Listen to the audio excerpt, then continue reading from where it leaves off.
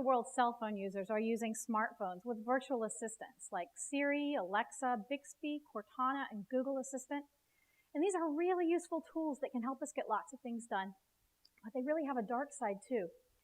For instance, my mom's voice is really great at activating the virtual assistant on my phone by accident. She could be talking about anything, and the virtual assistant comes on and sends a little bit of our conversation to the phone maker to try to figure out what she might need, which is, of course, nothing at all. And yet they still got a little piece of our private discussion. That virtual assistant is so tricky.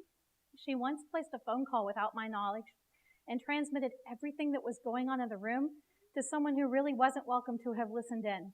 You may have already agreed to share your location, your search history, your interests, your app usage, your viewing habits, and so much more.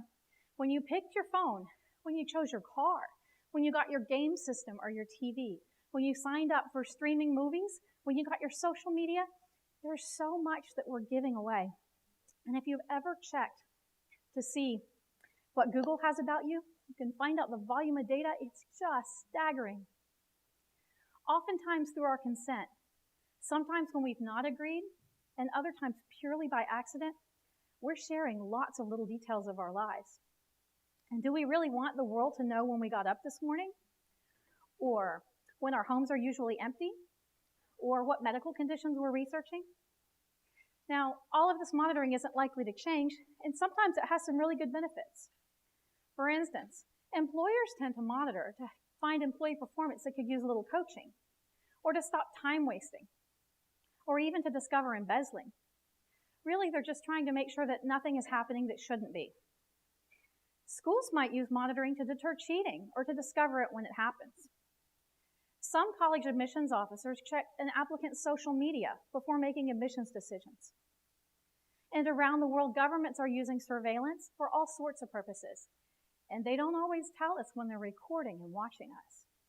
Now, some of this monitoring fades into the background lots of the time, but sometimes it doesn't. Sometimes we really are aware that Big Brother is watching right over our shoulder. For instance, some professional writers have reported that they self-censor. They change what they're writing about based on the fact that they need to go on the internet and do research, but they don't want to on a topic that might draw unwanted attention. So they write about something else. What impact might this surveillance-driven censorship be having on us? Now, we're not all working in the public eye like these writers, but when it comes to being watched at work, we might be just as impacted. When we're being monitored, we change what we say and what we do. Now, at work, we're being paid for our time, so we probably should be saying and doing what it is our employer wants, right? If they're only looking to make sure we're not doing the wrong thing, what's the problem with that? Now, here's why I think we should care. When we're being monitored, we change what we say and what we do based on who we think's watching and what we think they want.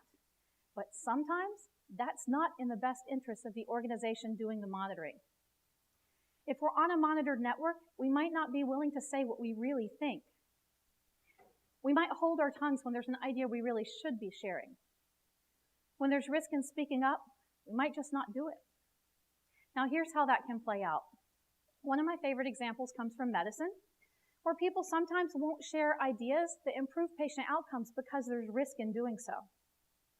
So, say you're a surgeon, and in med school you learn to do surgery a certain way, a certain technique, but as you've continued to perform the same surgery, you've developed your technique. You've got a really great innovation that's getting better patient outcomes than the way you were taught. You'd really like to share this with other people in your specialty, but it could possibly jeopardize your career. What if somebody who learns about this decides that for that much of a change, you really needed to have conducted methodical medical research to make sure that you were doing more harm than good for your patients? Or what if something goes wrong in a surgery that's totally unrelated to your innovation, and you get sued based on the fact that you did things differently from another doctor? Now, we're not all going to have life-saving ideas. So say I'm a salesperson. I know my customers pretty well, and I've come up with an idea for a great product they're going to love. It also fits perfectly within what my company does best, and I want to take it to the customer for feedback. However, I'm sort of aware that there are people watching me to check on Salesforce productivity. If I take this to my customer, Somebody might think that I'm wasting my time versus spending it closing sales. Or somebody might say I'm stepping out of my assigned box into the world of new product development. Or worse yet, they might decide that I'm offering the customer something we don't have and might never have, and therefore I'm doing harm. So maybe I just need to keep my mouth shut. Now, examples like these happen in many fields, in many industries, and they happen around the world almost every day. The pervasive monitoring that we're under now, this is not going to change. There was a time when we had these innovative ideas and we might share them in the break room. We might write them on the proverbial napkin at lunch. The napkins may be a good place to write them because we throw that away. 9 out of 10 innovative ideas, they're going to fail. Today it's different. Today we carry computers in our pocket. When we have phone calls, there's analyzable data. We email, we text, we collaborate online. We're sort of always on the record. All of this can be monitored. Do we really want to be on the record when we're wasting time with a customer? Or when we're coming up with one of those innovative ideas that turns out to be the biggest flop? Maybe we just keep our mouths shut. Because monitoring is going to continue, companies that do this monitoring need to pay a lot of attention to what they monitor and how they do it. What we want to avoid doing is encourage employees to self-censor. We don't want them to hold their ideas in, but instead to apply those to increase revenue, to reduce costs, to take ownership of the success of the organization. So what one Fortune 500 company is doing is not monitoring the tools that it uses for collaboration and idea development.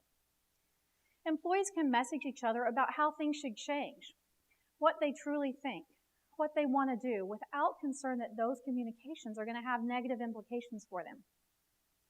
Other companies are taking this much farther. They offer anonymous networks to collect valuable, candid ideas from employees. Ideas about how things can change, how things should change, what's possible that aren't likely to be shared on the business as usual networks where their names are attached. Now, when it comes to medicine, some surgeons have proposed an anonymous, secure registry where they can share their innovative ideas and practices and get feedback from each other. They'll be able to improve patient outcomes, improve patient safety, but also protect themselves to encourage that innovative idea sharing. Now, when it comes to our companies, we can do lots of things.